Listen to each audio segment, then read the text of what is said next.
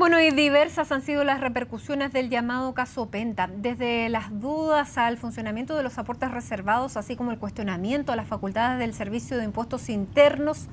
Hay un todo. ¿Cómo este polémico caso ha afectado la transparencia de la política en Chile? Para conversar de este tema queremos saludar y darle la bienvenida al experto en comunicaciones, sociólogo, director socio de Tironi Asociados, señor Eugenio Tironi. Muchísimas gracias por estar con nosotros. Gracias a ustedes. Bueno, estábamos viendo declaraciones cruzadas, declaraciones de Andrés Velasco a su llegada a Chile diciendo que fueran diligencias judiciales a su casa le parecían innecesarias, y luego Osvaldo Andrade hablando de que si eso era parte de ser de la vieja o nueva política, él prefería ser parte de la vieja política.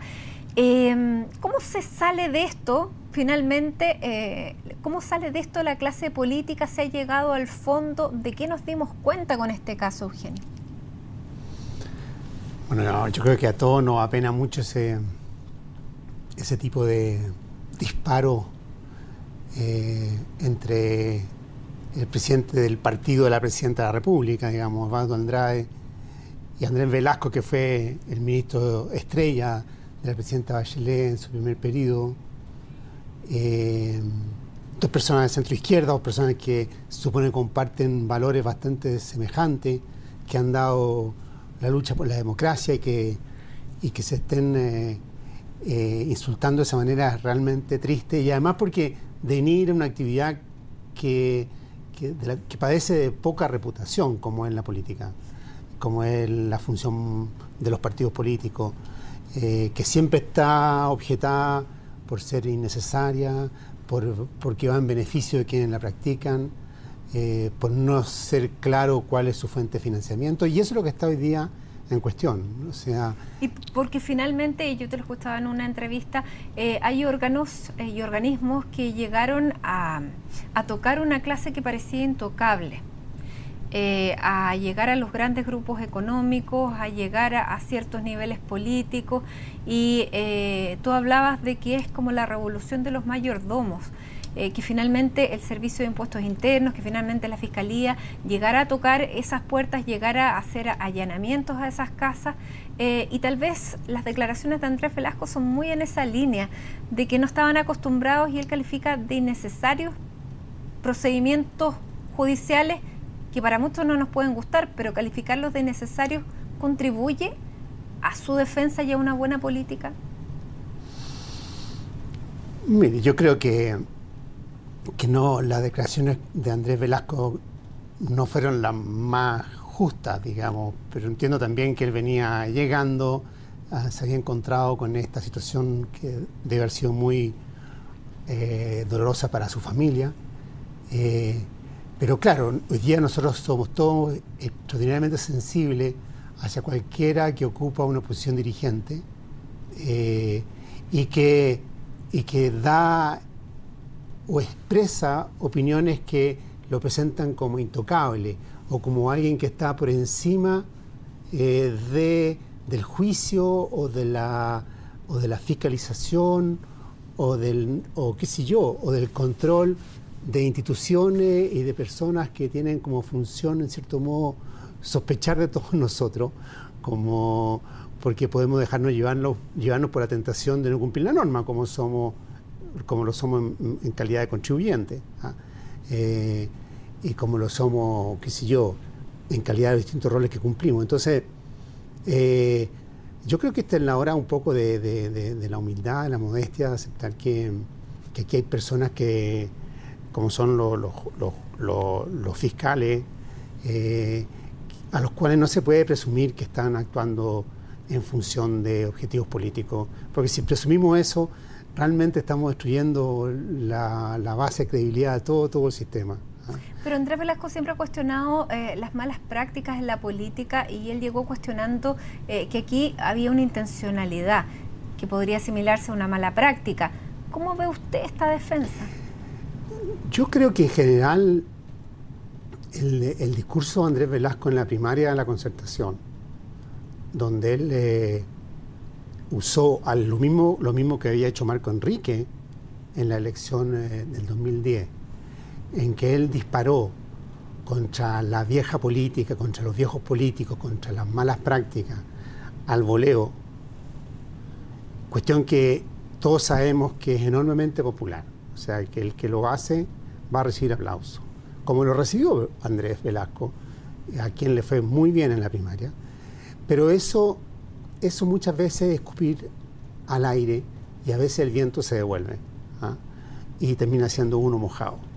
Y hay algo de eso en esto. Yo entiendo que esto produjo mucha irritación en políticos de la tradición antigua, digamos, político tal cual, ¿ah? sin adjetivos, como un Osvaldo Andrade, en general, como en general los políticos que están en el Parlamento.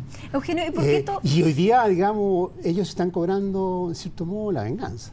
Eugenio, ¿y por qué cree que hoy día tal vez uno de los más afectados sea Andrés Velasco, cuando en un principio y los que tienen más facturas y más boletas y más cosas que aclarar y preguntas que responder son personeros de la UDI? ¿Qué pasó? Es verdad, una muy buena pregunta, porque este espíritu inquisitivo del diputado Andrade parece más dirigido a Andrés Velasco que a los parlamentarios que parecen más comprometidos, ¿eh? Yo creo que aquí hay ánimo también de ir por parte de él, no digo por parte ni del fiscal o por parte del Servicio de Impuestos Internos, ni mucho menos, pero por parte de él hay un ánimo también de limpiar la cancha en materia de candidatura presidencial, ¿eh? Pero como digo, esto es un espectáculo bastante triste, que además lleva a que dirigentes empresariales se sumen, digamos, y digan, bueno, se cometen pecados en el mundo empresarial, pero también se cometen en el mundo político, y dime y diretes, digamos, que finalmente no hacen más que enturbiar la convivencia. Ahora, hay dos comisiones investigadoras que van a ser en paralelo respecto al mismo tema, que mediáticamente podrían convertirse en un circo mediático más que llegar a resolver efectivamente para los fines que fueron creadas, que es investigar uno los dineros de uno, otro los dineros del otro. Hoy día el gobierno está anunciando que va a mandar un proyecto de ley para reformular el tema de los financiamientos a las campañas políticas. Eugenio, ¿cómo se sale de esto? Porque más allá de estas declaraciones, todos convendrán en que a nadie le conviene esto. Estoy de acuerdo. Yo creo que hay una arista aquí que es penal, digamos, si hay falsificación de factura, si hay un traslado de dinero por vía indebida, que es lo que se está investigando a través de los fiscales. Pero hay otra dimensión de esto, y es que el sistema de financiamiento de las campañas políticas que se acordó por ahí por el 2003 está claramente rebasado, o sea, fue desbordado. Porque por un lado las candidaturas están gastando más de lo que reciben por la vía legal, y eso es ostensible para cualquier chileno que de pronto se ve casi agredido por una publicidad totalmente avasallante, ¿ah? Y que hace una diferencia a la hora de las elecciones. Entonces, hace una diferencia en términos de que el que tiene más dinero impone sus ideas porque puede financiar tiene más posibilidades, no hay ninguna duda que tiene más posibilidades. Y en ese sentido, ¿sería posible pensar, y pese a lo mal que podría caer en la opinión pública, de un financiamiento estatal, y cómo hacer que ese financiamiento estatal se respete y no se caiga también en los maletines, por ejemplo? Claro, pues tiene que haber financiamiento estatal, como ya lo hay, bastante importante, con límites más estrictos, sí, con límites más estrictos a gasto de campaña, que aquel que sobrepasa ese límite y se prueba que sobrepasó ese límite pierde su escaño, como ocurre en otros países, y acabar con esto que se ha convertido en una ficción, y es de que el candidato no sabe cuál es el origen de los recursos que recibe de la empresa privada. Y seguramente también yo creo que esto va a pasar porque no sea la empresa como institución la que contribuya al financiamiento, sino que sean personas particulares, ¿ah? Las que de su propio patrimonio deciden hacer un aporte para promover una idea o para promover un candidato. Pero no la empresa como institución, porque las empresas son organismos que están compuestos por muchos agentes, entre otros inversionistas minoritarios, entre otros, qué sé yo, trabajadores, entre otros ejecutivos, y no veo por qué esa institución tenga que, como tal, contribuir a la campaña de un candidato en particular. Ahora, en esta relación entre dinero y poder, ¿son los que tienen efectivamente más dinero los que tienen más representadas y mejor representadas sus ideas en la política? No necesariamente, porque de hecho en el Parlamento chileno y en el Ejecutivo chileno han ganado muchas veces, y hoy día son mayoría, aquellos que no son los que representan más estrictamente los intereses o las aspiraciones del mundo del dinero. Porque el mundo del dinero reparte. Aquí yo tengo el ingreso de los partidos y lo que recibieron los aportes. Bueno, la Unión Demócrata Independiente como partido, junto a primero viene la UDI, después viene el Partido Socialista, y juntos la nueva mayoría tal vez tiene más dinero que la Alianza. Pero ojo que hay partidos como el socialista, que tiene como una fuente interna de financiamiento por efecto del patrimonio que recibió cuando fue ilegalizado.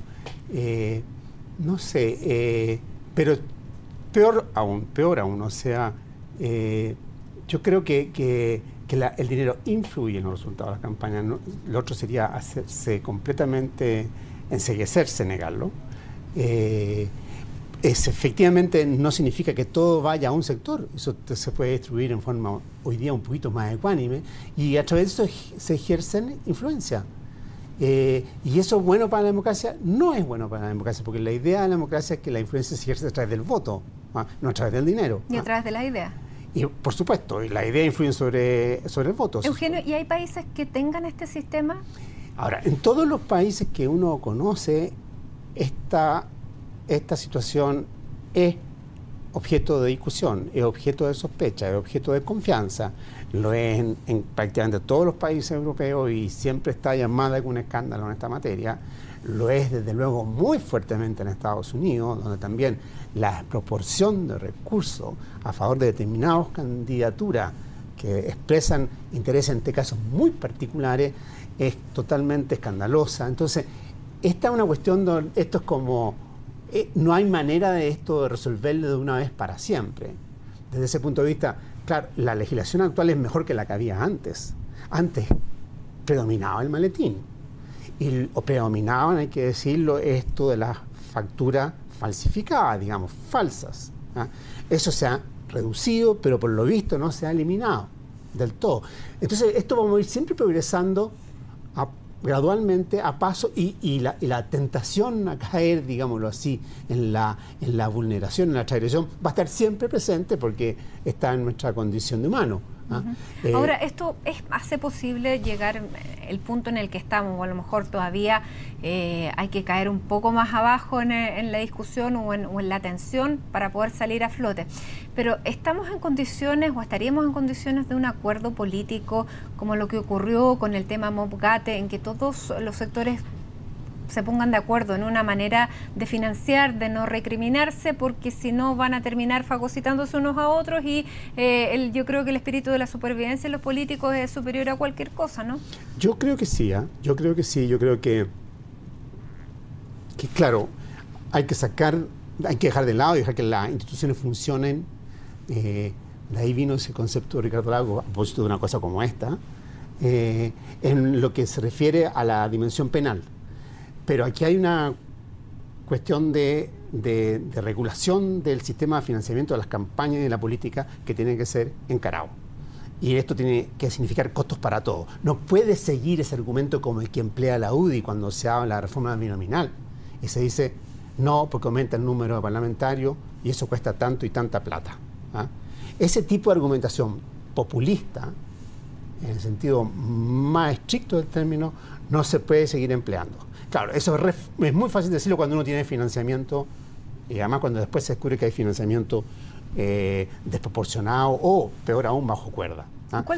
Entonces yo creo que sí, que yo creo que la situación se acerca y debiera no resolverse, porque esto no se resuelve nunca en forma definitiva, pero por lo menos mejorarse por la vía de un gran acuerdo en torno a esta materia, que va a ser impopular el acuerdo, doy por sentado que va a ser impopular.